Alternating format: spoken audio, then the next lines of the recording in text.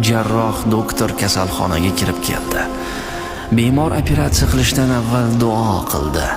So'ngra amaliyot xonasiga kirib ketayotganda kasal bolaning otasi jarroh doktorga yuzlanib bor ovoz bilan "Nimaga kech qolasiz?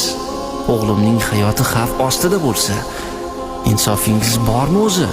deb baqirib ketdi. Doktor sovuq tabassum qilib javob berdi. "Iltimos, tinchlaning. Amaliyotimni eson-omon tugatib olgunimcha meni duo qilib turing. Ishonchingiz komil bo'lsin. O'g'lingiz Allohning panohida." Ota dedi: "Aka, sizni uyaltirish niyatim yo'q. Agar sizning o'g'lingiz hayotidan judo bo'layotgan bir paytda tinchlangan bo'lardingizmi? Boshqalarga nasihat qilish unchalar oson ish bo'lmasa." Doktor indamasdan amaliyot xonasiga kirib ketdi. So'ngra 2 soatdan keyin shoshib chiqib bemorning otasiga: "Amaliyotim muvaffaqiyatli o'tdi. Allohga beadad shukr, o'g'lingizni ahvoli juda ham yaxshi. Meni ma'zur tutasiz. Boshqa boradigan joyim bor" deb bemorning otasidan hech qanday savolini ham tinglamasdan chiqib ketdi.